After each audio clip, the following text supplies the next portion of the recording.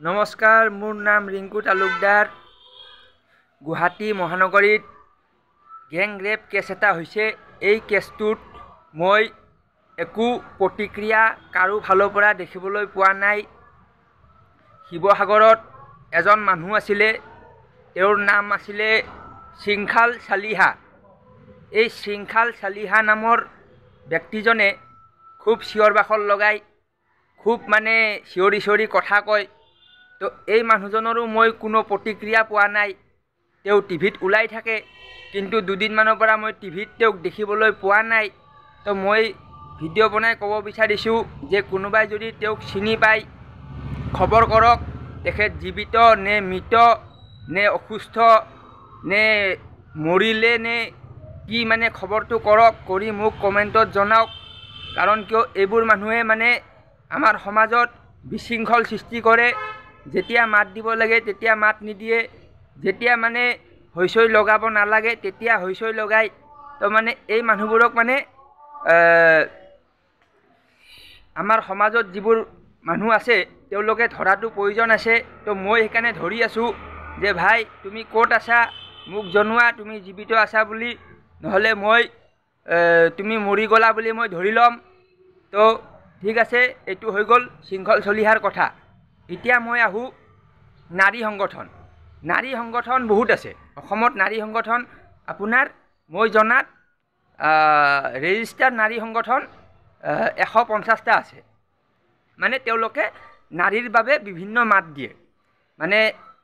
এবাৰ এটা ঘটনা হৈছিলে, সেইটো হ'ল আপোনাৰ কলকাতাত এটা ঘটনা হৈছিলে। ৱেষ্ট বেংগলত এগৰাকী ডক্টৰ পঢ়ি থকা ছাত্ৰী, তেওঁক গেং ৰেপ কৰিছিলে।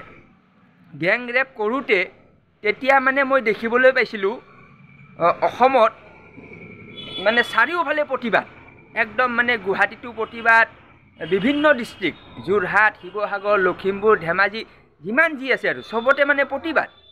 কি হ'ল বোলে কলকাতাত নাৰী সুৰক্ষিত নহয়, হয় নেকি?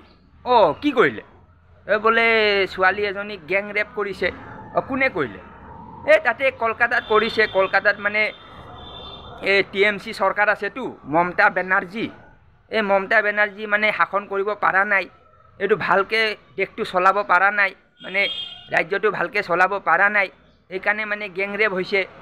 এই চৰকাৰটো ভাঙিব লাগে, এইবিলাক ঢেৰ কথা। মই বোলো তাৰমানে গেং ৰেপ হ'লে চৰকাৰটো ভাঙিব লাগে। ঠিক আছে, তো এতিয়া গুৱাহাটীত গেং ৰেপ হৈ আছে, চৰকাৰ ভাঙিব লাগে বুলি কোনো কোৱা নাই ভাই। কিয় কোৱা নাই? কলকাতাত গেং ৰেপ হৈছে, পূৰা গুৱাহাটী একদম চব ল'ৰা ছোৱালী, কটন কলেজৰ ল'ৰা ছোৱালীক মই গালি দি আছোঁ। কটন কলেজৰ যিবিলাক ষ্টুডেণ্ট আছে, এই ষ্টুডেণ্টবিলাক বদমাছ আছে। কিয় বদমাছ আছে মই কৈ আছোঁ। কটন কলেজত যিবিলাক ষ্টুডেণ্ট ইউনিয়ন আছে, এইবিলাক ধুৰন্ধৰ আছে। অসমৰ আটাইতকৈ ধুৰন্ধৰ যদি আছে, কটন কলেজৰ ষ্টুডেণ্ট আছে। কাৰণ কিয় এই কটন কলেজৰ ষ্টুডেণ্টে যিমান আজিলৈকে প্ৰতিবাদ কৰিছে, কোনটো প্ৰতিবাদ ছাকচেছ হৈছে মোক কৈ দিয়ক। মোৰ ভিডিঅ' যদি কোনোবা কটন কলেজত পঢ়া মানুহে চায়, আৰু যদি এক্স ষ্টুডেণ্ট হয়, এক্স প্ৰাক্তন ছাত্ৰই যদি মোৰ ভিডিঅ' চায়, তেওঁলোকেও ক'ব পাৰে। বৰ্তমান পঢ়ি থকাসকলে যদি চায়, তেওঁলোকেও ক'ব পাৰে। বৰ্তমান পঢ়ি থকাসকলেতো মোৰ লগত পাত্তাই নাপাব, চিটিকি যাব। তো এক্স আহি গ'লে মই বেছি ভাল পাম। প্ৰাক্তন আহক, মোৰ লগত কথা পাতক।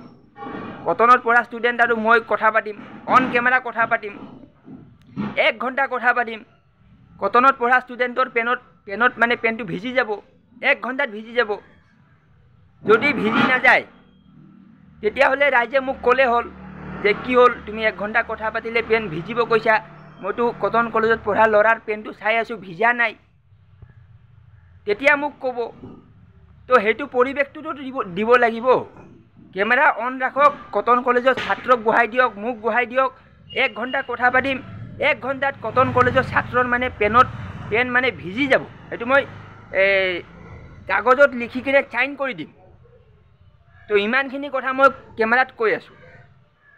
তো কথাটো হ'ল কি কটন কলেজৰ ছাত্ৰবিলাকে এই গেং ৰেপত যিটো গুৱাহাটীত হোৱা গেংৰেপ তাত কোনো ছাত্ৰই মাত দিয়া নাই, কোনো ছাত্ৰীয়ে মাত দিয়া নাই, কোনো ছোৱালীয়ে মাত দিয়া নাই। কিয় মাত দিয়া নাই? এনেতো খুব চিঞৰি থাকে। এতিয়া চিঞৰ বাখৰ মই শুনা পোৱা নাই কটন কলেজত।